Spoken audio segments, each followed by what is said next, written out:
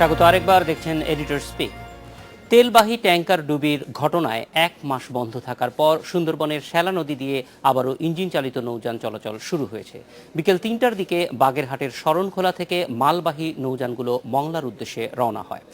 9 December শ্যালা নদীতে furnace অয়েলবাহী tanker ডুবির পর ছড়িয়ে পড়ে তেল। এতে পরিবেশ বিপর্যয়ের আশঙ্কায় ওই নদী দিয়ে নৌ চলাচল বন্ধ থাকে। পাশাপাশি বিকল্প পথ হিসেবে মংলা ঘুষিয়াখালী চ্যানেল খনন শুরু হয়। মঙ্গলবার সরকারি এক বিজ্ঞপ্তিতে জানানো হয়, খনন কাজ শেষ না হওয়া পর্যন্ত শ্যালা নদী দিয়ে নিয়ন্ত্রিতভাবে নৌযান চলাচল করবে। তবে নৌযানগুলোকে দিনের বেলায় সুন্দরবন এলাকা অতিক্রম করতে হবে। কুয়াশা ও দুর্যোগপূর্ণ আবহাওয়া থাকলে দিনের বেলাতেও শ্যালা নদীতে নৌযান চলাচল করতে পারবে না। তেলবাহী জাহাজ চলাচল আপাতত বন্ধ থাকবে বলেও জানিয়েছে সরকার। বলবো যে সুন্দরবনের ভিতর দিয়ে যে কোনো নৌ চলাচল আসলেই ঝুঁকিপূর্ণ, একথা আমাদের স্বীকার করতে হবে। পাশাপাশি আমাদের বন্দরের কথাও আমাদের ভাবতে হবে।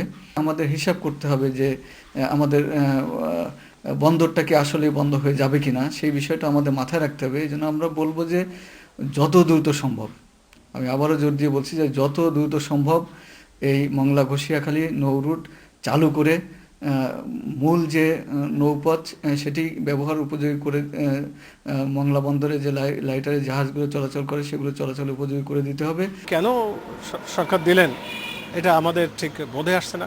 কাজে আমরা মনে করি সচেতন নাগরিক হিসাবে আমাদের অবশ্যই বলতে হবে যে প্রকৃতি তৈরি করা যায় না, আমরা একটা নৌপথ তৈরি করতে পারি। ব্যবসার জন্যে, ব্যবসার ক্ষতি হওয়ার জন্যে আমরা সুদূর প্রসারী ক্ষতিকে বরণ করে নেব, দেশের ক্ষতি করব, এটা তো কোনো ক্রমেই ঠিক কথা নয়।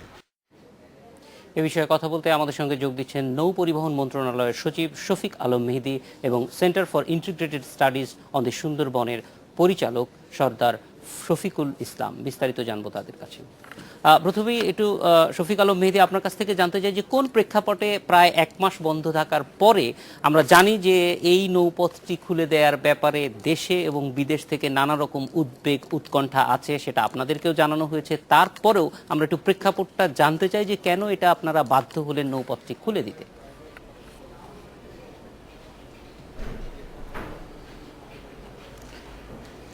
9 ডিসেম্বর সুন্দরবনের শ্যালা নদীতে তেলবাহী জাহাজ দুর্ঘটনার পর উক্ত নদী দিয়ে সব ধরনের নৌযান চলাচল বন্ধ রাখা হয়। ফলে উক্ত নৌ রুটের উভয় পাশে প্রায় 5 শতাধিক জাহাজ আটকা পড়ে। এতে করে ব্যবসা বাণিজ্যের ক্ষেত্রে একটি বিরূপ প্রভাব পড়ে। ইতোমধ্যে জাতিসংঘ থেকেও পরিবেশ বিজ্ঞানী এবং গবেষকদের একটি দল এসে আমাদের তেলবাহী ট্যাঙ্কার দুর্ঘটনার ফলে সুন্দরবনের উদ্ভিদ এবং প্রাণীর উপর, জীববৈচিত্র্যের উপর ক্ষয়ক্ষতির পরিমাণ পরিদর্শন করতে আসেন।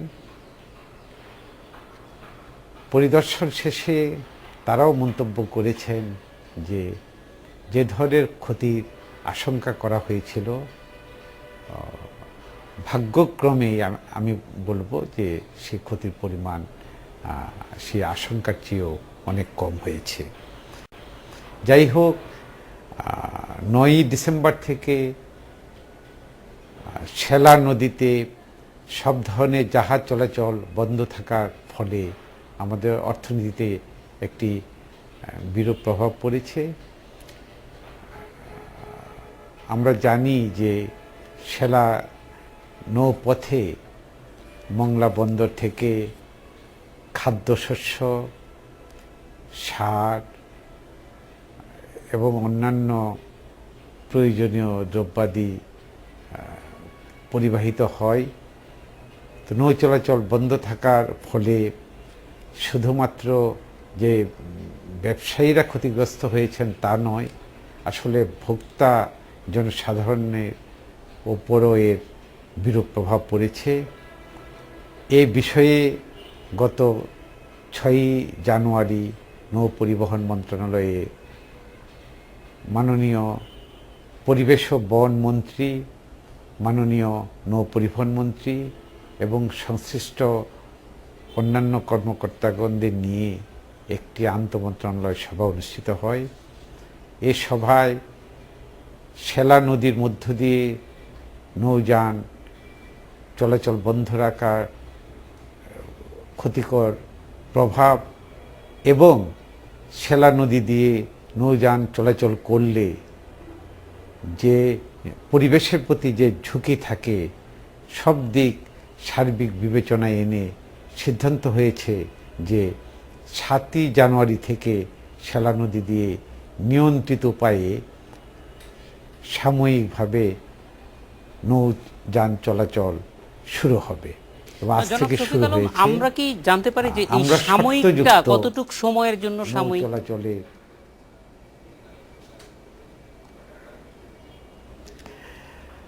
আমরা মংলা ঘষিয়াখালী চ্যানেল খননের কাজ শুরু করেছি। আমরা আশা করছি যে আগামী জুন মাসের মধ্যেই মংলা ঘষিয়াখালী চ্যানেল নৌ চলাচলের জন্য উপযোগী হবে। সে সময় পর্যন্ত আমরা সীমিত আকারে নিয়ন্ত্রিত উপায়ে সেলা নদী দিয়ে নৌযান চলাচল চালু রাখব। জনাব শফিক এবং আলম, আমরা শর্ত আপনি আমাদের দিয়েছি সঙ্গে থাকুন। আমরা একটু সর্দার শফিকুল ইসলামের কাছে যাব, উনি আছেন খুলনাতে। সর্দার শফিকুল ইসলাম, এই যে সিদ্ধান্তটি নেওয়া হলো, এই সিদ্ধান্তটি কতটুকু যৌক্তিক মনে হয় আপনাদের কাছে সুন্দরবনের দৃষ্টিভঙ্গিতে?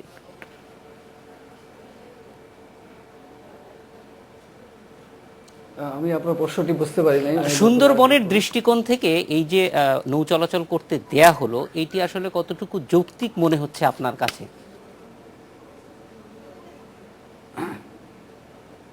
আপনাকে ধন্যবাদ। আমি প্রথমেই বলবো যে সুন্দরবনের বুক চিরে যে সেলা নদী প্রবাহিত হয়েছে, এই নদী দিয়ে যে কোনো ইঞ্জিন চালিত নৌকা চলাচল সুন্দরবনের এবং সুন্দরবনের জীববৈচিত্র্যের উপরে অবশ্যই নেতিবাচক প্রভাব বিস্তার করবে।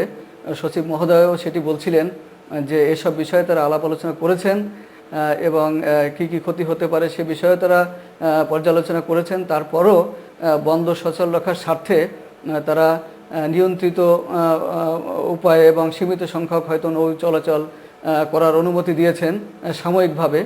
আমি এখানে কিছু কথা বলতে চাই যে আমি আশা করছি যে তারা নৌ চলাচলের উপরে কিছু শর্ত সাপেক্ষে অনুমতি দিয়েছেন, যেমন রাতের বেলায় নৌ চলাচল করতে পারবে না, অহেতুক হর্ন বাজাতে পারবে না, তেলবাহী ট্যাঙ্কার চলাচল করতে পারবে না এবং নৌযানের কনফিগারেশন অনুযায়ী তার যে ধারণ ক্ষমতা বা ক্যাপাসিটি আছে সেই ক্যাপাসিটি অনুযায়ী পণ্য পরিবহন করবে।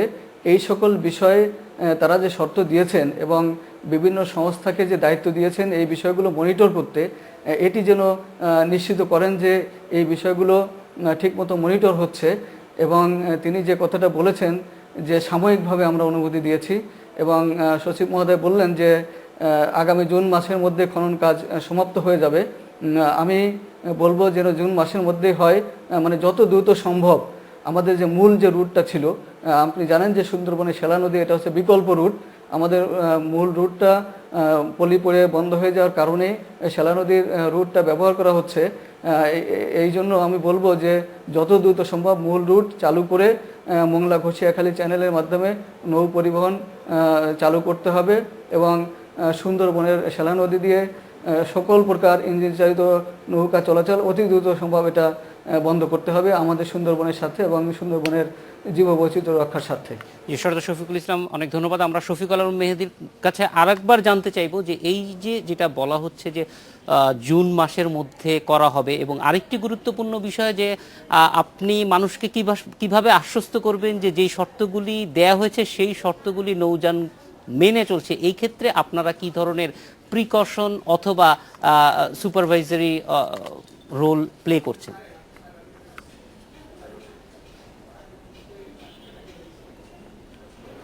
আমরা যে সমস্ত শর্ত দিয়েছি নৌ চলাচলের জন্য, যেমন কেবলমাত্র দিনের বেলায় নৌযান চলাচল করতে পারবে, রাতের বেলায় এবং দুর্যোগপূর্ণ দিনের বেলায়ও নৌ চলাচল করতে পারবে না, তেলবাহী জাহাজ চলাচল করতে পারবে না, এবং যে সমস্ত নৌযান চলাচল করবে সবগুলোই নৌ চলাচলের জন্য উপযুক্ততা পরীক্ষা করবে এবং এই জন্য কোস্টগার্ড, নৌবাহিনী, বিআইডব্লিউটিএ, মংলা বন্দর কর্তৃপক্ষ, পরিবেশ অধিদপ্তর সবাই সম্মিলিতভাবে কাজ করবে। জনাব শফিক আলম, এই খনন কাজের অগ্রগতি দেখার জন্য আপনারা আসলে কি প্রতি মাসে অথবা প্রতি সপ্তাহে কোনো ধরনের মনিটরিং এর ব্যবস্থা রাখবেন যাতে জুনের মধ্যে এই খনন কাজটি শেষ হয়?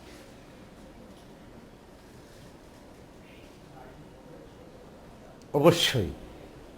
আপনি জানেন যে ইতিমধ্যেই মংলা ঘষিয়াখালী চ্যানেলের খনন কাজ শুরু হয়েছে এবং আমাদের সরকারি যতগুলো ড্রেজার ছিল তার পাশাপাশি বেসরকারি সংস্থাগুলো থেকেও আমরা কিছু ড্রেজার নিয়েছি এবং একটি বিদেশি ঠিকাদার প্রতিষ্ঠানও ইতোমধ্যেই কার্যাদেশ পেয়েছে। তারাও পুরোদমে খুব শীঘ্রই কাজ শুরু করবে। খুলনার বিভাগীয় কমিশনার বিভাগীয় পর্যায়ে ড্রেজিং কাজ মনিটর করছেন। তাছাড়া আমাদের বিআইডব্লিউটিএর দায়িত্বশীল কর্মকর্তাদের আমরা স্থায়ীভাবেই মংলা ঘষিয়াখালী চ্যানেল খনন কাজ সার্বক্ষণিকভাবে তদারকি করার জন্য চ্যানেলে আমরা নিয়োজিত রেখেছি। জি, জনাব শফিক আলম মেহেদী এবং সর্দার শফিকুল ইসলাম, আপনাদের দুজনকে অনেক ধন্যবাদ আমাদের সঙ্গে যোগ দেওয়ার জন্য।